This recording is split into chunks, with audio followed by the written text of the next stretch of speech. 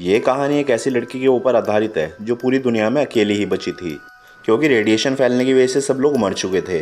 पर इसी बीच उसकी मुलाकात एक ऐसे आदमी से होती है जो उस रेडिएशन से बचने वाला आखिरी इंसान था। अब उन दोनों के बीच आगे क्या क्या होता है ये हम आज के एक्सप्लेनेशन में देखने वाले हैं। मूवी शुरू होती है और हम देखते हैं पूरी दुनिया में किसी तरह का रेडिएशन फैल चुका है, जिसके कारण दुनिया के ऑलमोस्ट सभी लोग मर चुके हैं। और इसी बीच हम ऐना नाम की एक लड़की को देखते हैं जो कि शहर से कुछ सामान लेकर अपने घर की तरफ जा रही थी। ऐना ने अपने पूरे शरीर को कवर करके रखा था ताकि उस पर रेडिएशन का असर ना हो। यहाँ हम देखते हैं ऐन पहाड़ों में अकेली रहती है और यहाँ पर अभी तक रेडिएशन नहीं फैला है, जिस वजह से अब तक वो जिंदा थी। फिर घर आने पर ऐन अपने आप को अच्छे से साफ करती है, क्योंकि अगर रेडिएशन का छोटा सा हिस्सा अगर उसकी बॉडी पर रहा तो उसकी जान जा सकती है। ऐन यहाँ पर बहुत टाइम से अकेली रह रही थी और वो अक्सर ज़रूरी सामान लेने के लिए शहर जाया करती थी। फिर एक दिन जब वो अपने कुत्ते के साथ कहीं जा रही होती है, तभी वहाँ पर उसे एक आदमी दिखाई देता है जो अपनी वैन को खींचता हुआ कहीं जा रहा था। उस आदमी का नाम लूमिस होता है और उसने रेडिएशन से बचने के लिए एक सूट पहना था। फिर लूमिस जब उस सूट को उतारता है तब उसे बहुत ज़्यादा अच्छा लगता है, क्योंकि उसे एक ऐसी जगह मिल गई थी जहाँ अब तक रेडिएशन फैला नहीं था। इसके बाद लूमिस एक झरने में जाकर नहाने लगता है, पर तभी वहाँ पर ऐन आ जाती है और वो लूमिस को बाहर निकलने के लिए बोलती है, क्योंकि उस पानी में रेडिएशन फैला हुआ था। अब लूमिस को इसके बारे में जैसे ही पता चलता है तो वो तुरंत बाहर आ जाता है, पर तब तक वो इन्फेक्टेड हो चुका था और उसे उल्टियाँ होना शुरू हो जाती हैं। अब लूमिस बहुत ही मुश्किल से अपनी वैन के पास आता है और एक इंजेक्शन लगाने की कोशिश करता है, पर अब उसकी हालत बहुत ज़्यादा ख़राब हो चुकी थी, इसलिए वो उस इंजेक्शन को लगा नहीं पा रहा था। फिर लूमिस ऐन को उसको इंजेक्शन लगाने के लिए बोलता है और ऐन उसे इंजेक्शन लगा देती है। अब क्योंकि लूमिस काफ़ी ज़्यादा बीमार हो चुका था, इसलिए ऐन उसे अपने घर ले आती है और उसकी देखभाल करने लगती है।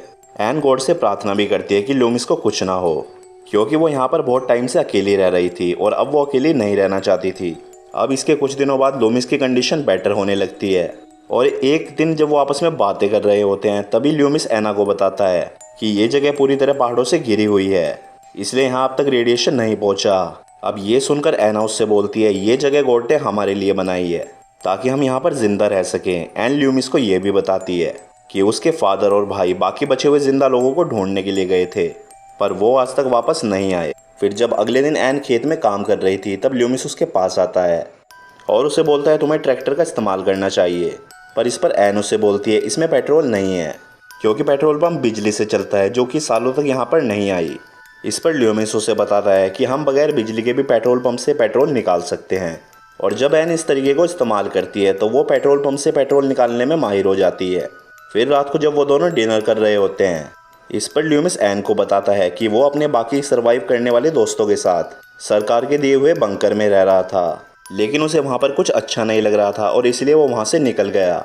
लूमिस बोलता है कि उसे विश्वास था कि दुनिया में ऐसी कोई ना कोई जगह ज़रूर होगी जहाँ पर रेडिएशन नहीं पहुँचा। फाइनली उसे ये जगह मिल चुकी है। फिर अगले दिन मछलियाँ पकड़ते हुए ऐन लूमिस को बताती है कि हमारा जनरेटर ख़राब हो चुका है और उससे फ्रीज़र चलना बंद हो गया है, जिस वजह से उसे खाना स्टोर करने में काफ़ी दिक्कत हो रही है। फिर जब लूमिस को पता चलता है कि ऐना के पास जनरेटर है तो वो उसे ठीक करने की कोशिश करने लगता है, पर बहुत कोशिशों के बाद भी लूमिस उसे ठीक नहीं कर पाता। तब उसे एक आइडिया आता है और वो ऐना को बोलता है कि हम झरने के पानी से बिजली पैदा कर सकते हैं, पर इसके लिए उन्हें एक लकड़ी के बड़े पहिए की ज़रूरत पड़ेगी। फिर पहिया बनाने के लिए लूमिस चर्च को तोड़ने का डिसाइड करता है, पर ऐना उसे मना कर देती है क्योंकि चर्च उसके फैमिली की आखिरी निशानी थी और इसे उसके फादर ने बनाया था। अब लूमिस भी ऐन की बात मान लेता है और वो चर्च को नहीं तोड़ता। फिर उस रात लूमिस काफ़ी शराब पी लेता है और वो ऐन के साथ ज़बरदस्ती करने की कोशिश भी करता है, पर ऐन को ये बिल्कुल भी अच्छा नहीं लगता और इसलिए वो वहाँ से भाग जाती है। फिर अगले दिन उठने पर लूमिस को अपनी गलती का एहसास होता है, इसलिए वो ऐन के पास जाकर उससे कल रात की हरकत के लिए माफ़ी मांगता है। इसके बाद जब ऐना चर्च में पियानो बजा रही थी तभी उसे खिड़की पर किसी आदमी की परछाई दिखाई देती है, जिसको देखकर उसे लगता है शायद ये लूमिस होगा। पर जब ऐन उससे इस बारे में पूछती है तो लूमिस उसे मना कर देता है। वो बोलता है मुझे नहीं पता कि वो कौन है। फिर उसी रात ऐना तैयार होकर लूमिस के साथ कैंडल लाइट डिनर करती है, और डिनर के बाद जब ऐन लूमिस के करीब आने लगती है तो लूमिस उसे वहीं पर रोक देता है और बोलता है हमें जल्दबाजी नहीं करनी चाहिए, हमें पहले एक दूसरे को जान लेना चाहिए, जिस पर ऐन भी इसके लिए मान जाती है। फिर अगले दिन ऐन लूमिस के पास आती है और वो उसे चर्च को तोड़कर पहिया बनाने के लिए मान जाती है, पर इस बार लूमिस उसे मना कर देता है और वो बोलता है हम कोई दूसरा तरीका ढूंढ लेंगे। फिर कुछ देर बाद ऐना को सेलेब नाम का कोई और आदमी मिलता है और वो उसे अपने घर ले आती है। पर ल्यूमिस को सैलेब का यहाँ आना पसंद नहीं आता, इसलिए वो उसे यहाँ से जाने के लिए बोलता है। इसके बाद जब ल्यूमिस सैलेब का रेडिएशन चेक करता है तब उसे पता चलता है कि सैलेब के अंदर थोड़ा बहुत रेडिएशन है, जिस वजह से ल्यूमिस उसे बाहर ही रुकने के लिए बोलता है।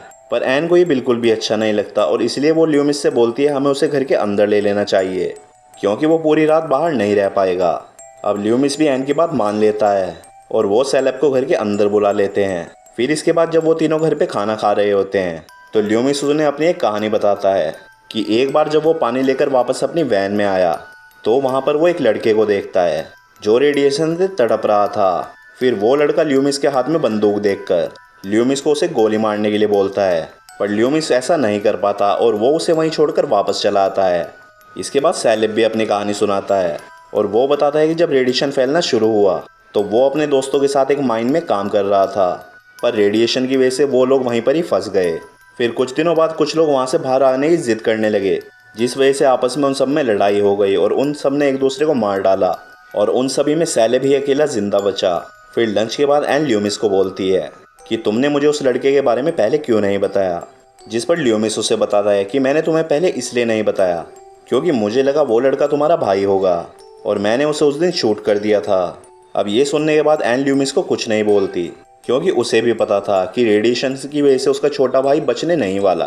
फिर जब अगले दिन ल्यूमिस और सैलेब अकेले जंगल में शिकार कर रहे होते हैं तब ल्यूमिस सैलेब को पानी से बिजली पैदा करने के बारे में बताता है और ये आइडिया सैलेब को भी काफ़ी अच्छा लगता है। फिर अगले दिन वो तीनों मिलकर चर्च को तोड़ने लगते हैं, पर तभी सैलेब एन को अपने साथ वॉक पर चलने के लिए बोलता है। फिर जब वो दोनों बातें कर रहे होते हैं तभी सैलेब एना को ल्यूमिस के खिलाफ भड़काने की कोशिश करता है। वो बोलता है ल्यूमिस भगवान में नहीं मानता, इसलिए उसने तुम्हारे चर्च को तोड़ने के लिए बोला। इस पर एन उससे बोलती है भले ही ल्यूमिस भगवान को नहीं मानता, पर वो ये सब हमारी मदद करने के लिए कर रहा है। इसके बाद जब वो दोनों वापस आ रहे होते हैं तो ल्यूमिस उन्हें देख लेता है और ल्यूमिस को काफ़ी जलन होने लगती है। फिर रात को ल्यूमिस एन को बुलाकर बोलता है कि अगर तुम सैलेब को पसंद करने लगी हो तो मुझे इस बात से कोई भी प्रॉब्लम नहीं है और तुम दोनों एक साथ रह सकते हो।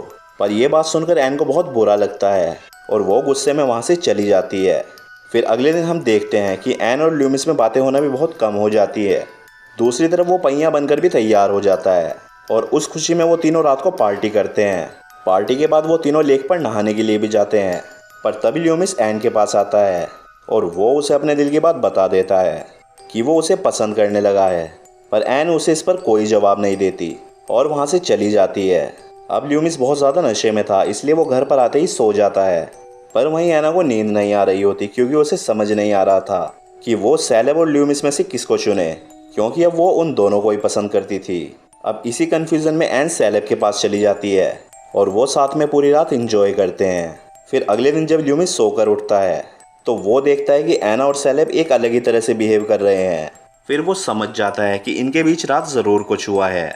फिर अगले दिन वो दोनों पहिए को सेट करने के लिए तालाब के पास जाते हैं और पहिया काम करना भी शुरू कर देता है।